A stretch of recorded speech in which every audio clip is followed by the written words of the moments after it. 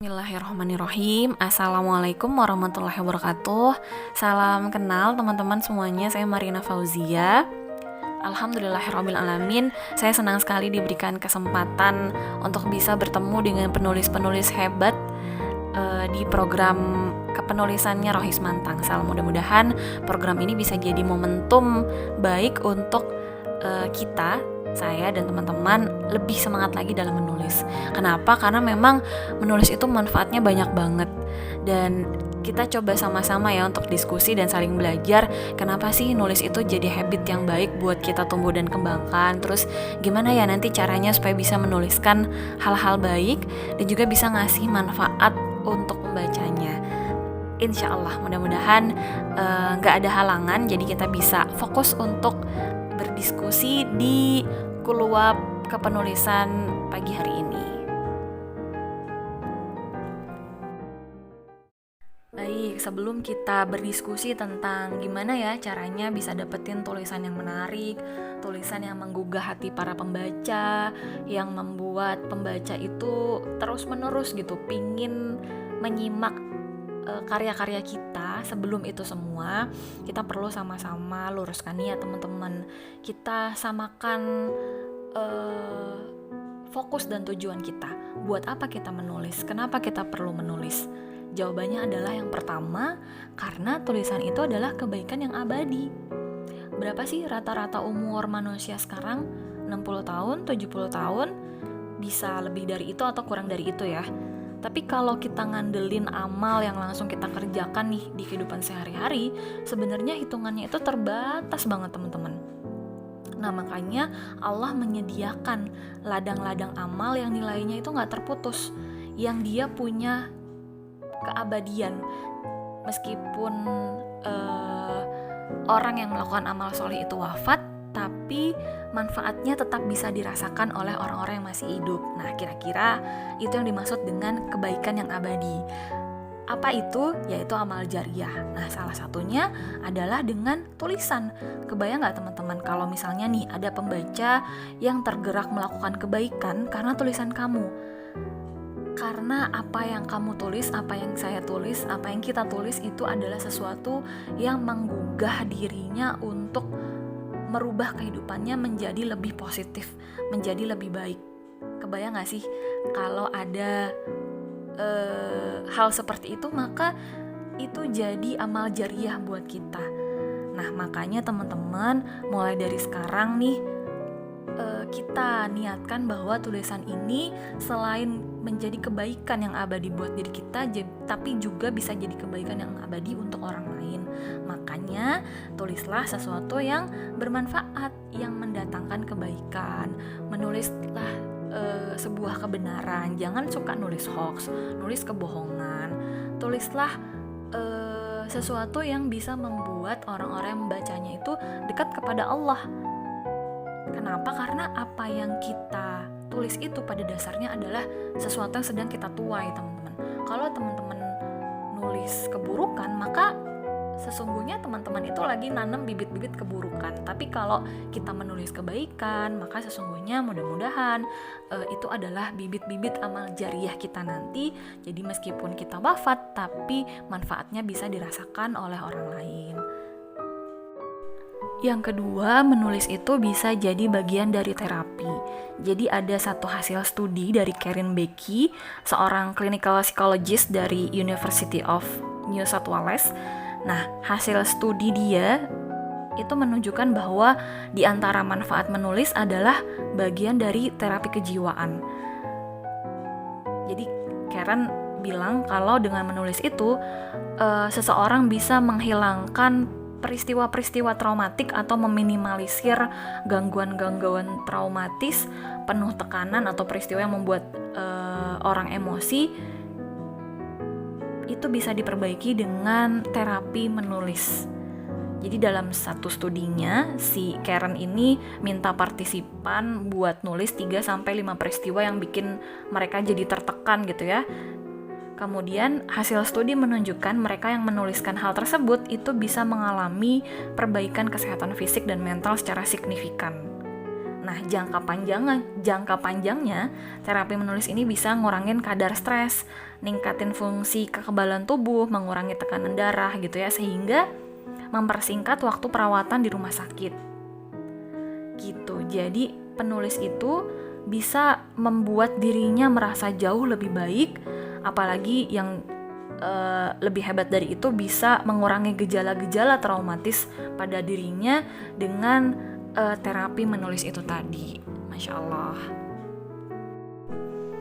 Yang ketiga, tulisan itu adalah sarana dakwah, teman-teman. Kalau misalnya guru-guru kita, para ustadz ustazah gitu ya, para ulama itu melakukan dakwahnya dari satu mimbar ke mimbar lain, dari satu masjid ke masjid lain gitu ya, dengan cara tablik, maka yang bisa kita lakukan untuk berkontribusi dalam dakwah ini adalah dengan menulis kebaikan, teman-teman. Bayang gak sih kalau misalnya tulisan kita dibaca oleh begitu banyak orang dan orang tergugah dengan apa yang kita tulis gitu ya, mereka jadi berubah, mereka jadi semakin dekat kepada Allah. Itu kan bagian dari dakwah ya, itu satu tujuan yang pengen kita capai.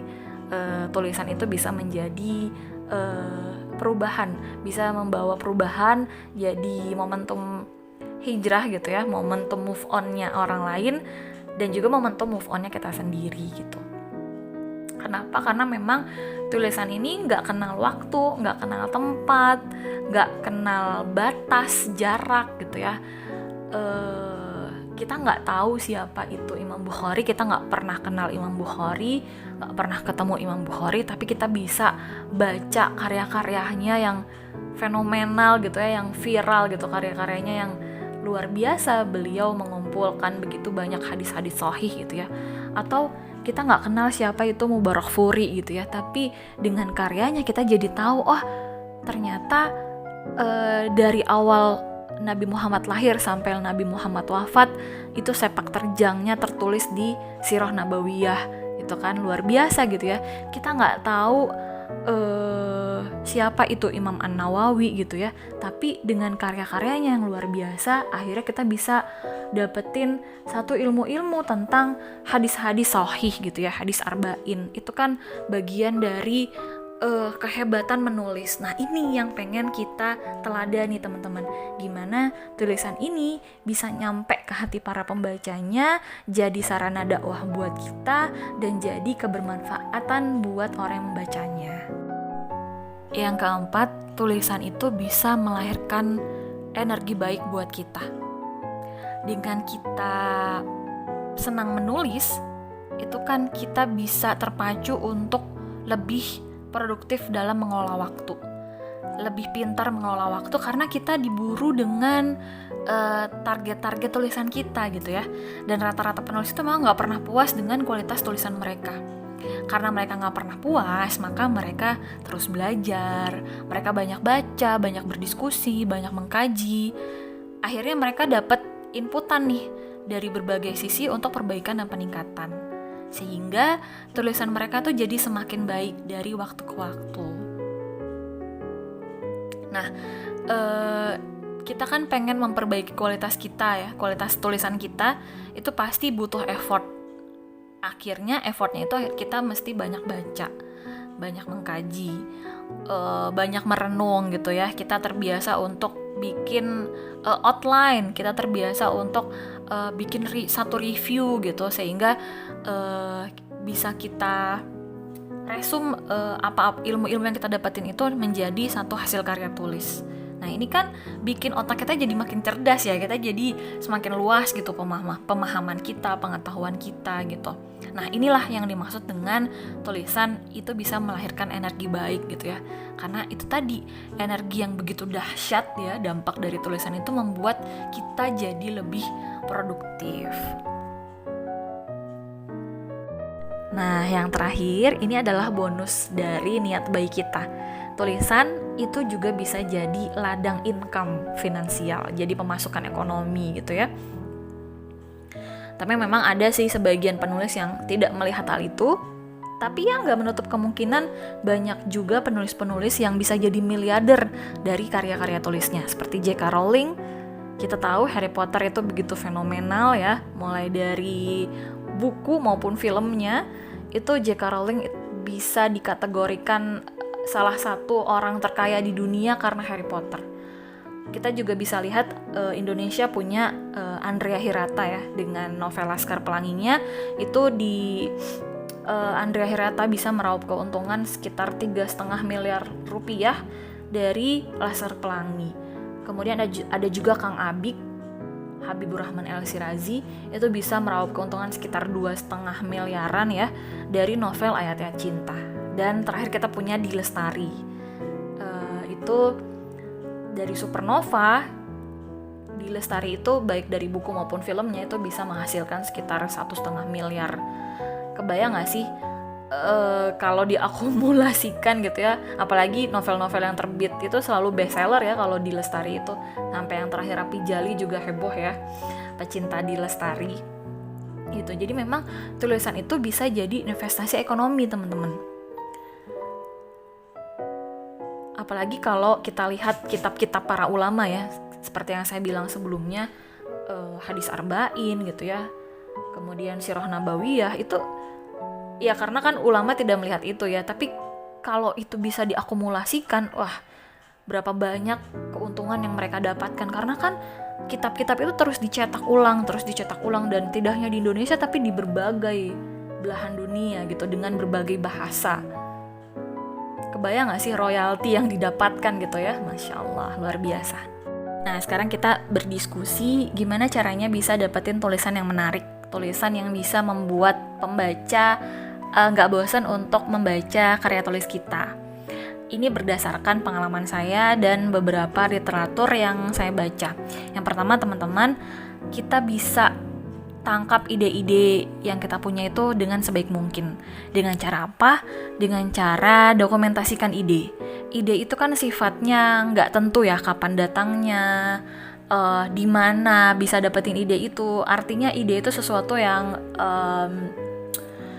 kabur lah, kita nggak bisa tahu ide itu pada saat apa dia datang gitu ya, kita nggak bisa tahu bentuknya seperti apa ide itu.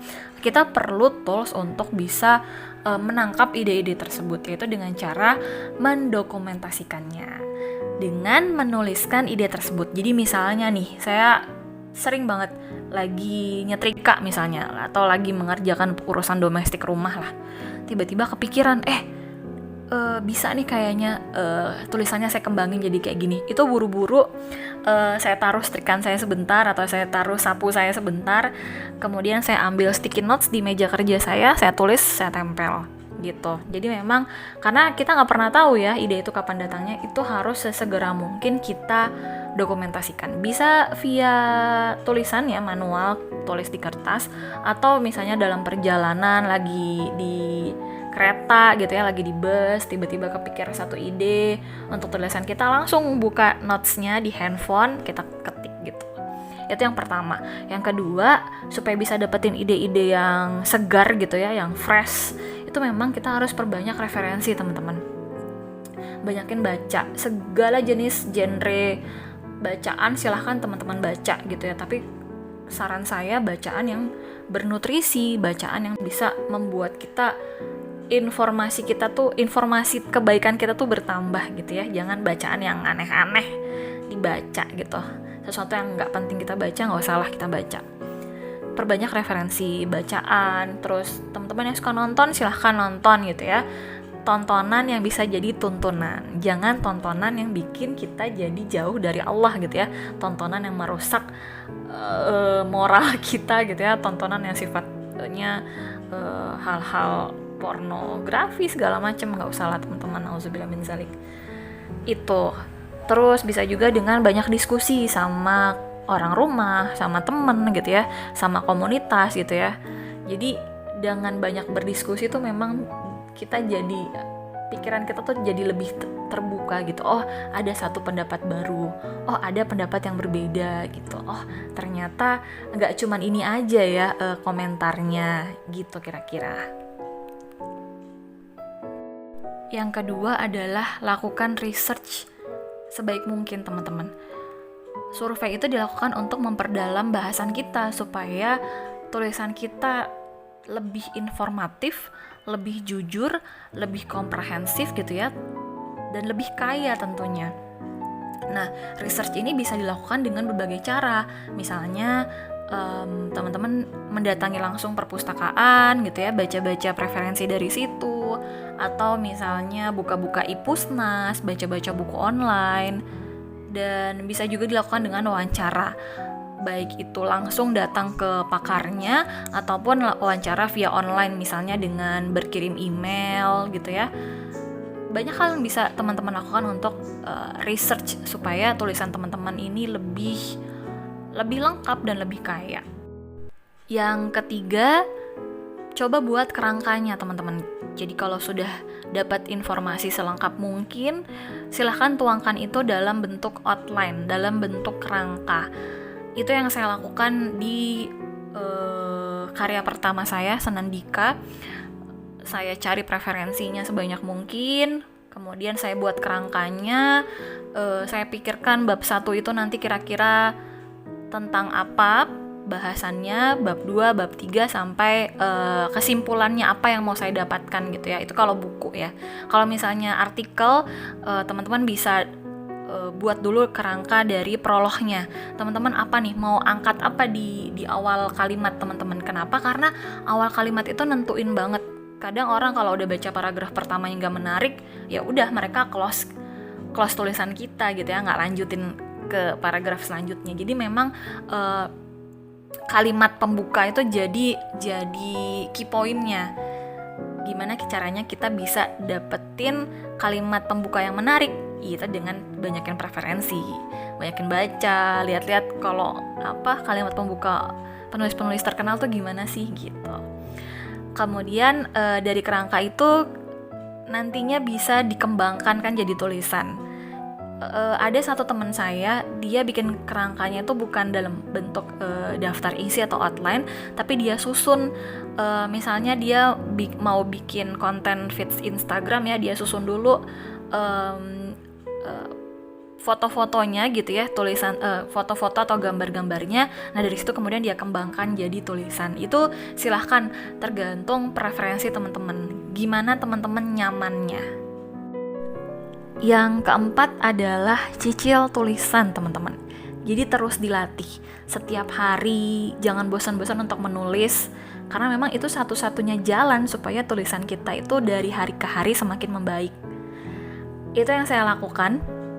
Jadi setiap hari saya berusaha untuk tidak absen dari menulis. Ketika urusan domestik sudah selesai, di jam prime time saya sekitar jam 10, itu saya back to works. Saya berusaha untuk menghadirkan diri, apa yang bisa saya tulis hari ini, hal-hal apa saja yang bisa saya tuangkan ke dalam tulisan, itu saya tulis tanpa editing, karena memang itu bukan waktunya mengedit. Saya tulis semua yang ada di otak saya tuangkan ke dalam words, kemudian tidak saya baca gitu. Jadi benar-benar tulis aja, nggak pakai edit. Nah dari situ saya bisa lihat per hari ini saya bisa efektif dapat berapa kata ya, berapa ratus kata, berapa ribu kata gitu. Itulah yang jadi patokan saya seberapa produktif saya dalam menulis. Misalnya 1 jam saya bisa dapat 800 kata gitu ya. Oh ternyata waktu produktif saya di 1 jam nih kayak gini gitu. Nah nanti coba saya kembangin lagi sehingga misalnya saya bisa dapat 3.000 kata dalam 1 jam gitu ya, karena latihan yang terus menerus gitu. Jadi memang dicicil teman-teman. Intinya karya kita itu kan selesai ya. Karya yang baik adalah karya tulis yang selesai. Karya tulis yang baik adalah karya tulis yang selesai. Jadi gimana caranya supaya bisa diselesai? Ya dicicil tulisannya gitu. Kalau teman-teman sedang ada menggarap project buku, ya dicicil bukunya gitu. Ditulis setiap hari, buat timelinenya, ada targetnya. Kalau teman-teman targetnya bikin one post di media sosial, di Instagram, di Tumblr, di Facebook, di WordPress, di blog teman-teman, silahkan dijadikan satu target gitu. Sehingga kita terus berkarya, terus menulis. Dan jangan pikirkan edit. karena tugas kita pada saat itu adalah menulis, ngeditnya nanti gitu ya. Selanjutnya yang kelima itu barulah kita masuk ke proses penyuntingan, proses editing. Nah, di sini yang biasanya saya lakukan, saya membaca ulang apa yang sudah saya tulis. Membaca dalam artian betul-betul dibaca dengan mengeraskan suara, seperti saya sedang mendongeng, seperti saya sedang bercerita kepada lawan bicara saya, sehingga saya bisa dapetin feel-nya, oh kira-kira ini bahasanya kurang enak deh dipakai, oh kira-kira tata letaknya tuh enaknya begini kata perkatanya gitu. Dan saya juga harus memperhatikan tanda bacanya gitu ya. Buat saya penulis yang baik itu tidak hanya diksinya bagus gitu ya, narasi yang disampaikannya enak buat didengar dan dibaca, tapi juga susunan tulisannya dari sisi tanda bacanya, kerapihannya itu juga enak buat dipandang mata. Dan ini jadi salah satu penilaian editor juga teman-teman. Kalau teman-teman ngirim naskah ke penerbit tapi tanda bacanya aja udah berantakan, udah editor langsung skip naskah teman-teman. Jadi memang kerapihan tulisan itu perlu untuk diperhatikan. Nah, ini masuk ke proses editing biasanya saya. Di proses editing ini buat saya penyuntingan makan waktu yang cukup lama juga selain menyelesaikan naskah. Kenapa? Karena disinilah menurut saya salah satu otaknya tulisan ya. Karena memang ini bagian dari substansinya, gimana caranya kita bisa merangkai narasi, merangkai kalimat sehingga enak buat dibaca, tidak hanya dari sisi tata bahasa, diksi, kosakata, tanda baca, kata baku atau tidak baku, tapi juga yang jauh lebih penting dari itu teman-teman adalah substansi. Jadi misalnya teman-teman ngambil dari satu pakar, apakah sudah sesuai dengan wawancara yang sebelumnya kita lakukan gitu ya, fakta-faktanya, datanya itu sudah benar semua atau belum, itu semua dilakukan di proses editing. Apalagi untuk teman-teman yang tulisannya non-fiksi ya, infografisnya, tabel-tabelnya, fakta segala macamnya, apakah itu sudah sesuai dengan preferensi yang kita lakukan pada saat proses research atau belum gitu. Karena itu penting banget, termasuk penyebutan, misalnya penyebutan siapa yang kita interview ya, penyebutan peneliti, pakar atau perusahaan, itu jadi satu hal yang perlu kita perhatikan dalam proses editing. Nah, baru setelah itu saya coba untuk mengendapkan tulisan saya. Maksudnya apa? Maksudnya adalah saya biarkan tulisan saya dalam waktu tertentu, misalnya 2 minggu, 1 bulan, 3 bulan, itu saya biarkan. Setelah itu saya buka kembali tulisan saya baca ulang, saya baca betul-betul, saya baca dari awal sampai akhir. Di situ saya mendapatkan pandangan yang berbeda karena tulisan sebelumnya sudah saya diamkan, sudah saya endapkan. Ketika dibuka kembali, kok saya nemuin preferensi yang baru ya. Nah, dari situ saya edit tipis-tipis lagi, jangan semuanya dirombak, edit tipis-tipis aja. Kita kasih dekorasi lah, kita kasih sentuhan akhir. Nah, itu fungsinya kita mengendapkan tulisan. Kita nemu cara pandang yang baru karena kita sudah lama tidak membaca tulisan tersebut. Itu sih maksudnya. Tapi harus diingat jangan sampai terlalu lama gitu ya. Sudah proses nyicil naskahnya lama, nulisnya lama, terus editingnya lama, ngendapinnya juga lama gitu ya, sampai berbulan-bulan. Saya paling lama itu waktu itu 3 bulan karena memang ada satu pekerjaan tertentu yang juga sedang dikejar deadline, sehingga itu tulisan itu diendapkan sampai 3 bulan. Tapi biasanya untuk tulisan yang sifatnya artikel dan cicil tulisan untuk buku itu proses endapannya paling lama tuh 1 bulan, karena itu udah paling lama, karena memang kita dikejar waktu untuk setor naskah tersebut ke penerbit gitu. Jadi memang masa mengendapkan tulisan ini kita harus punya waktu yang bisa kita perhitungkan gitu ya. Ini masuk ke timeline tulisan kita. Misalnya saya kayaknya 1 minggu aja cukup deh untuk memberi penyegaran gitu ya. Ketika saya melihat ulang naskah saya, ya udah kalau 1 minggu cukup, ya udah 1 minggu aja gitu. Preferensi teman-teman aja sih, gimana teman-teman enak buat ngalokasiin waktunya sampai naskah tersebut siap untuk di-post. Yang terakhir tentunya publish tulisan kita, post tulisan kita di platform manapun yang mau teman-teman pakai. Misalnya naskah ini untuk dipublikasikan ke penerbit, maka post itu ke penerbit gitu ya, kirimkan ke penerbit entah itu mayor ataupun indie. Kemudian kalau tulisannya untuk media online, untuk media sosial, ya di post gitu ya, sesuai dengan target yang sudah teman-teman tentukan. Kan karya tulis yang sukses itu adalah karya tulis yang selesai dikerjakan dan dipost di media yang mau digunakan untuk mempublikasikan karya tulis tersebut gitu. Jadi intinya adalah karya tulisnya selesai, setelah itu dipublikasikan gitu. Nah, di proses inilah kita terus untuk libatkan Allah. Supaya apa? Supaya apa yang kita tulis itu bisa jadi amal soleh kita, bisa jadi amal jariah kita, supaya pembaca yang membaca tulisan kita nanti itu tergugah dengan tulisan kita, termasuk diri kita pribadi ya. Manfaat yang kita rasakan dari tulisan kita itu kena juga efeknya ke diri kita. Kita jadi pribadi yang lebih baik lagi, karena kita sebelum menulis kita banyakin referensi, kita banyakin baca, kita banyakin cari pengetahuan, maka kita berharap diri kita juga ikut kena imbas baiknya gitu. Terakhir, bagi saya menulis itu membahagiakan, menulis itu menyehatkan gitu ya.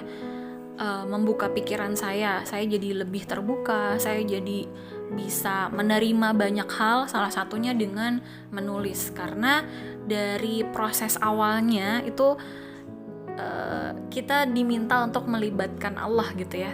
Karena tulisan yang baik adalah tulisan yang ada ruhnya di situ. Kalau teman-teman baca satu karya penulis gitu ya, kemudian teman-teman merasa dekat dengan penulis tersebut, teman-teman merasa karyanya itu bisa menggugah, bisa merubah hidup teman-teman, itu bisa jadi karena ruh yang ada di tulisan tersebut itu sampai kepada kita gitu. Jadi memang nulisnya tuh pakai hati. Nah, itulah yang membuat profesi menulis ini adalah profesi yang tidak ada matinya gitu, profesi yang membahagiakan, yang menyehatkan gitu. Dan jadikanlah menulis ini sebagai pekerjaan yang membuat kita jadi dekat sama Allah gitu. Dari awal niat kita itu sudah lurus sampai ke akhir proses penerbitan, proses publikasi tulisan, itu setiap fasenya kita libatkan Allah di situ. Kita berikhtiar supaya Allah menilai apa yang kita tulis ini, apa yang kita kerjakan ini sebagai amal soleh, sebagai ibadah, karena itu adalah kunci utamanya. Ketika tulisan ini sudah jadi amal soleh kita, jadi ladang ibadah kita, mudah-mudahan efeknya adalah karya kita itu bisa menjadi kebermanfaatan untuk sebanyak-banyaknya manusia. Itu sih kurang lebihnya saya minta maaf, itu murni dari kedangkalan dan kefakiran ilmu yang saya punya. Tapi kalau ada lebihnya, ada manfaat yang bisa dirasakan, itu pasti datangnya dari kebaikan Allah Subhanahu wa taala. Terima kasih banyak teman-teman, selamat berkarya, selamat menulis. Billahi taufiq wal hidayah. Wassalamualaikum warahmatullahi wabarakatuh.